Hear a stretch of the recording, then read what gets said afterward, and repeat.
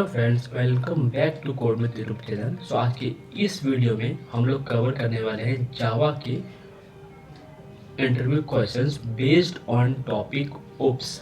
मैंने ऑलरेडी इसका पार्ट 1 बना दिया है, आप वो भी देख सकते हैं, जहाँ पे मैंने कवर किए जावा के बेसिक्स इंटरव्यू क्वेश्चंस, यानी कि जो बिगिनर लेवल पे क्वेश्चन जो पूछे जाते हैं, और कुछ उसमें ऐसे भी क्वेश्चन हैं जो कि एडवांस लेवल पे या फिर इंटरमीडिएट लेवल पे पूछे जाते हैं। आप उस वीडियो को भी जरूर चेकआउट कीजिएगा। और आप सबसे रिक्वेस्ट है कि आप इस चैनल पर अगर न्यू है तो चैनल को जरूर सब्सक्राइब कर दीजिए और वीडियो को एक बहुत बड़ा लाइक दे दीजिए। इससे क्या होगा, मुझे मोटिवेशन मिलेगा और मैं और भी अमेजिंग कंटेंट आप सब के लिए और अपने प्यारे भाइयों के लिए और बहनों के लिए मैं अच्छे कंटेंट बना के लेके आऊँगा। ठीक है। अभी हम लोग इस वीडियो में कवर करने वाले हैं जावा के interview questions based on oops concept, और ये सारे क्वेश्चंस बहुत ही अमेजिंग क्वेश्चंस रहेंगे और इसके कंसेप्ट्स को मैं इतने अच्छे से आपको एक्सप्लेन करूंगा कि आपके सारे क्वेश्चंस के आंसर आपके दिमाग में परमानेंटली बैठ जाएंगे। ठीक है, इस वे में मैं आपको कंसेप्ट्स को एक्सप्लेन करने वाला हूँ। वीडियो को स्टार्ट करते हैं without wasting any time.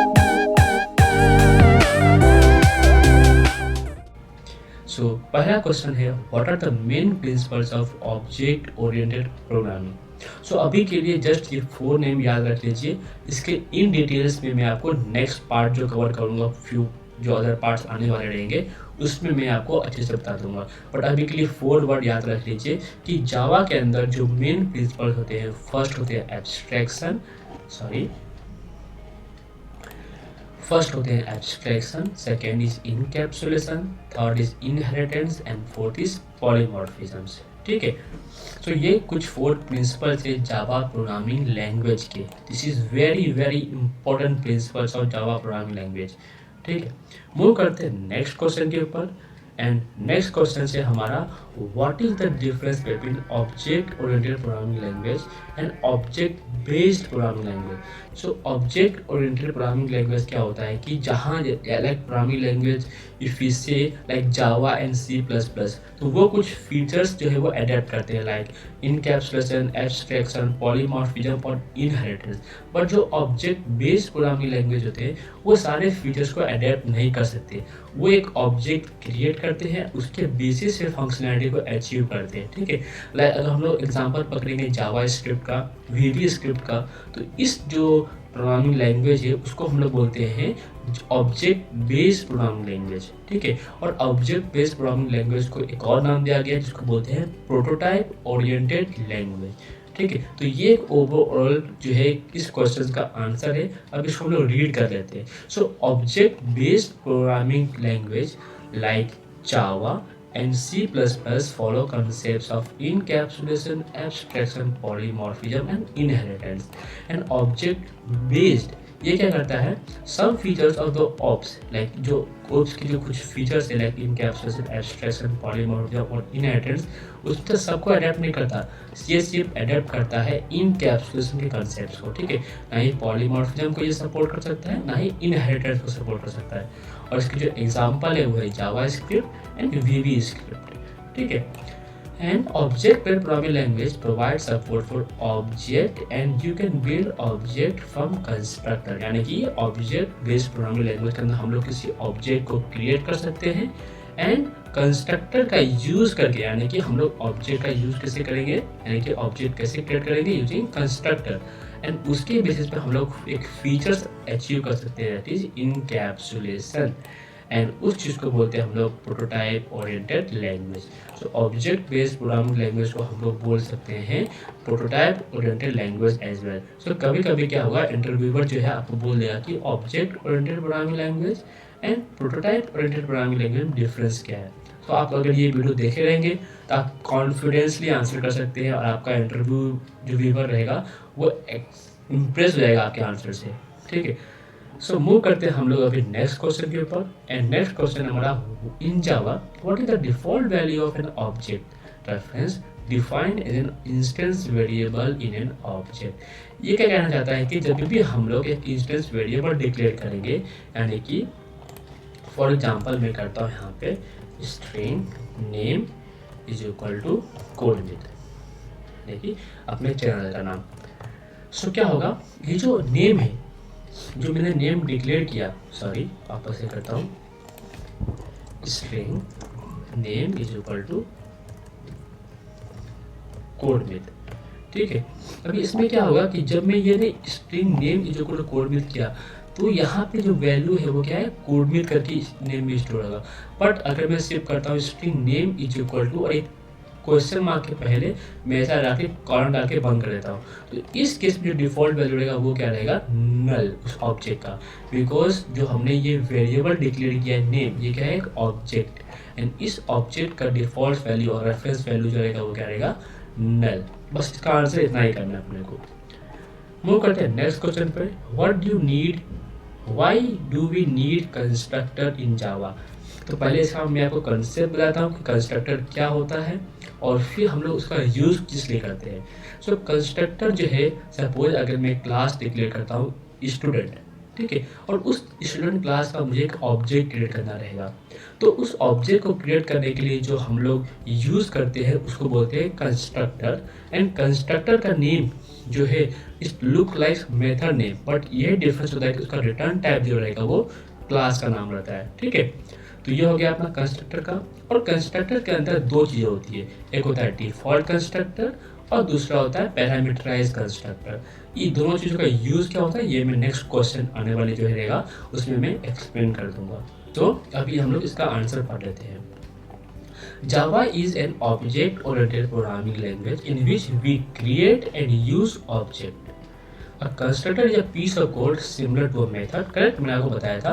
It is used to create an object and set the initial state object. यानी कि हमें अगर ऑब्जेक्ट अगर क्रिएट करते हैं एंड उसका अगर इनिशियल वैल्यू सेट करना रहेगा तो उस केस में हम लोग उस कंस्ट्रक्टर के थ्रू वैल्यू को सेट कर सकते हैं। And constructor is special function that is same name as class name, ठीक है। ये पॉइंट्स भी काफ़ी अच्छे इंपॉर्टेंट पॉइंट्स होते हैं। And without a constructor there is no other way to create an object.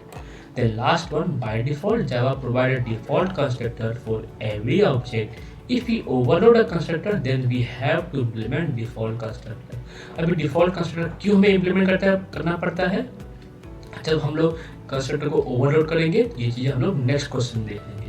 Just ये ओवरऑल व्यू हो गया है कि why do we need constructor. तो why we need constructor, to initialize the state of object और to create the object we need constructor. Move करते हैं next question, question number 17 जो है पार्ट 2 का, why do we need default constructor in Java classes, ठीक है, जो कि हमने पहले क्वेश्चन में मैंने आपको बताया था कि आपको नेक्स्ट क्वेश्चन में कवर कर दे दूंगा।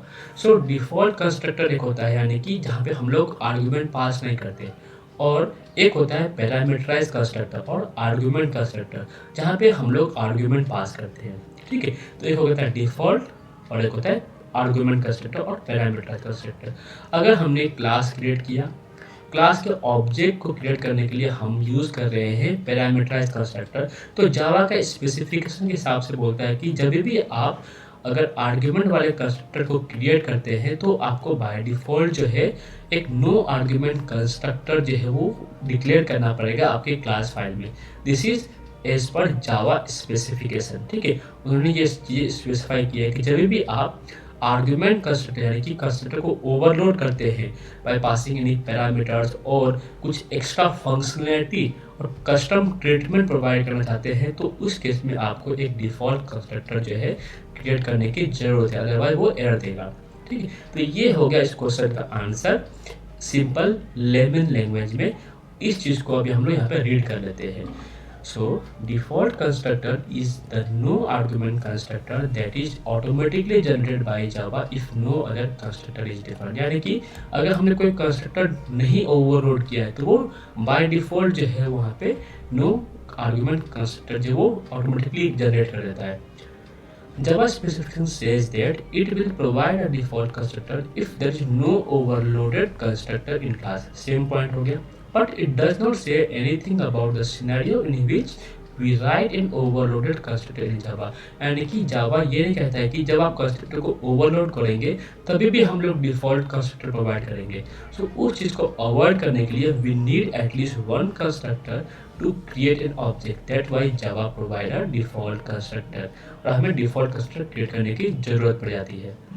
So when we have overloaded constructor, then Java assume that we want some custom treatment in our code, due to which it does not provide default constructor, but it needs default constructor as per the specification, so it gives error.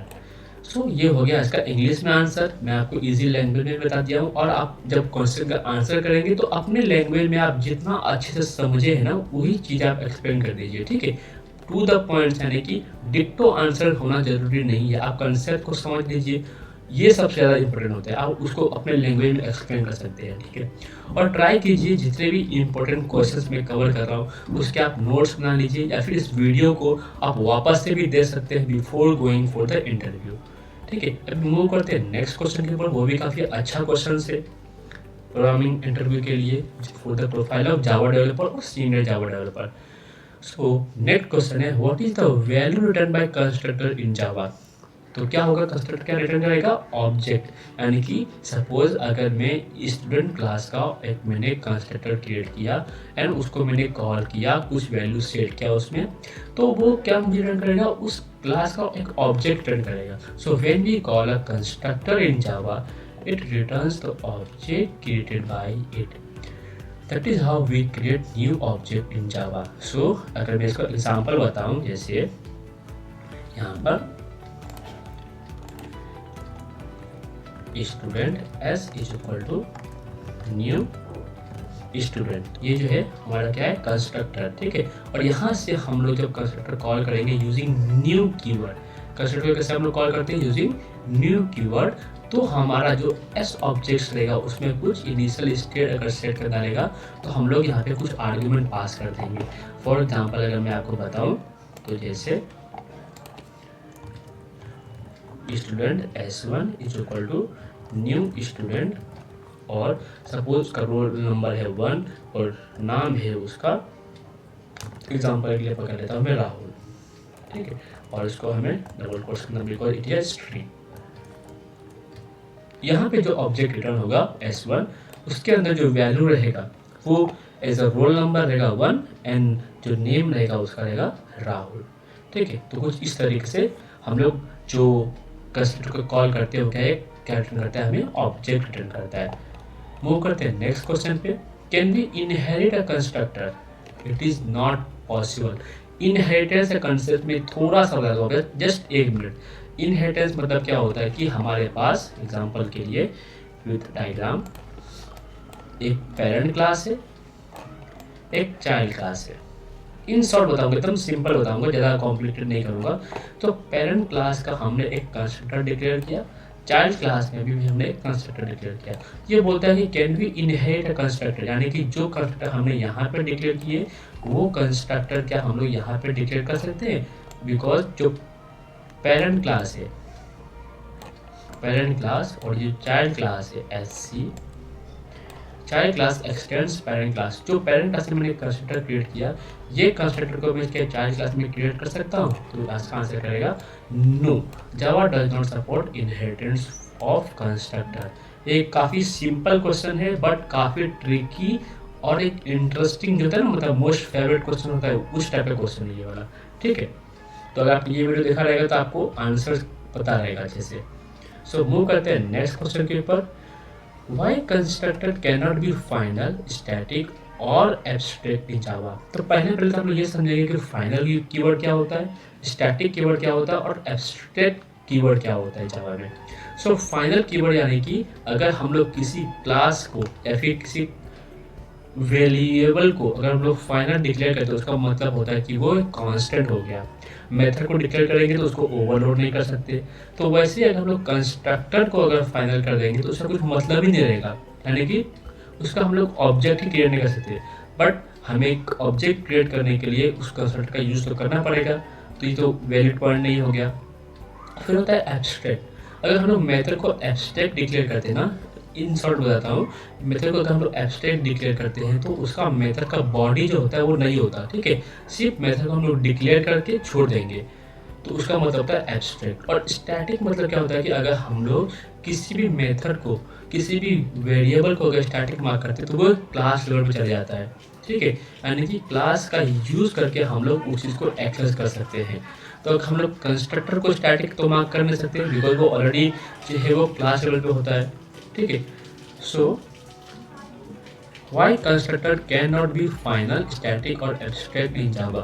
So if we set a method as final, it means we do not want any class to override it, correct? उसको मैंने bye mistakenly तभी overload हो दिया था, but अगर हम लोग method को फाइनल बोलेंगे तो उसको हम लोग ओवरराइड नहीं कर सकते। But the constructor can not be overridden, so there is no use of marking it final, ठीक है। मैंने आपको ना ओवरराइड नहीं कर सकते, पेरेंट्स चाइल्ड का रिलेशन लेके इनहेरिटेंस का कांसेप्ट यूज करके, जो मैंने आपको प्रीवियस क्वेश्चन में डायग्राम का एक्सप्लेन किया था वही चीज़ यहाँ पे बोल रहा है। If we set a method as abstract, it means that it has no body and it should be implemented in child. And but the constructor is called implicitly when the new keyword is used. Therefore, it needs a body. यानी कि constructor को हम लोग abstract mark के कुछ कर ही नहीं सकते बिकॉज जब भी हमें ऑब्जेक्ट क्रिएट करना रहेगा यूजिंग न्यू कीवर्ड तो ऑटोमेटिकली जो है वो वहाँ पे हमें अचीव कर सकते हैं, ठीक है। तो उसका बॉडी तो रहना चाहिए, ऑब्जेक्ट क्रिएट करने के लिए कुछ वैल्यू सेट करना रहेगा, तो इसके लिए उसको हम लोग एब्स्ट्रैक्ट मार्क नहीं कर सकते। And last one is, if we set a method as static, it means that it belongs to the class, but not a particular object. The constructor is always called to initialize an object. हम लोग constructor का use ही करते हैं object को initialise करने के लिए। Therefore, there is no use of marking constructor. कुछ फायदा ही नहीं ना कंस्ट्रक्टर को हम लोग स्टैटिक मार्क कर देंगे तो, बिकॉज हम लोग ऑब्जेक्ट क्रिएट करने के लिए यूज करते हैं, तो अगर वो स्टैटिक मार्क कर देंगे तो कुछ मतलब ही नहीं रहेगा, ठीक है। सो ये था क्वेश्चन नंबर 20 का आंसर। आई होप जितने मैंने क्वेश्चंस कवर किए हैं रिगार्डिंग ओप्स आपको काफ़ी अच्छे से समझ में आ गया रहेगा। वीडियो को वापस से देखने का ट्राई कीजिए, ठीक है। नेक्स्ट पार्ट में मैं जो कवर करूँगा questions based on inheritance concepts. So I hope आप सब काफ़ी एक्साइटेड रहेंगे नेक्स्ट पार्ट के लिए भी। सो बस गाइस आज के लिए इतना ही करते हैं और मिलते हैं नेक्स्ट वीडियो में एक मज़ेदार टॉपिक के साथ for the Java interview questions. और इस प्लेलिस्ट को आप जो है वो सेव करके रख लीजिए, इसमें भर भर के क्वेश्चंस आने वाले, भर भर के, और जितने भी क्वेश्चंस रहेंगे एकदम अमेजिंग क्वेश्चंस रहेंगे, ठीक है। सो अगर आप चैनल पे को अभी तक ने सब्सक्राइब नहीं किए, चैनल को सब्सक्राइब कर लीजिए, वीडियो को लाइक कर दीजिए और बेल नोटिफिकेशन आइकन को भी दबा दीजिए। इससे क्या होगा जब मैं फ्यूचर में कुछ नए videos on Spring Boot, microservices, Spring, Hibernate, any other topics related to programming language, तो आपको नोटिफिकेशन चले जाएगा, उस चीज़ को मिस नहीं करेंगे। आपको नॉलेज जो है वो स्किल्स जो है वो कॉन्टिन्यूसली डेवलप हो जाएगा, ठीक है। So till then take care and bye bye, see you in the next video. Happy learning, code में।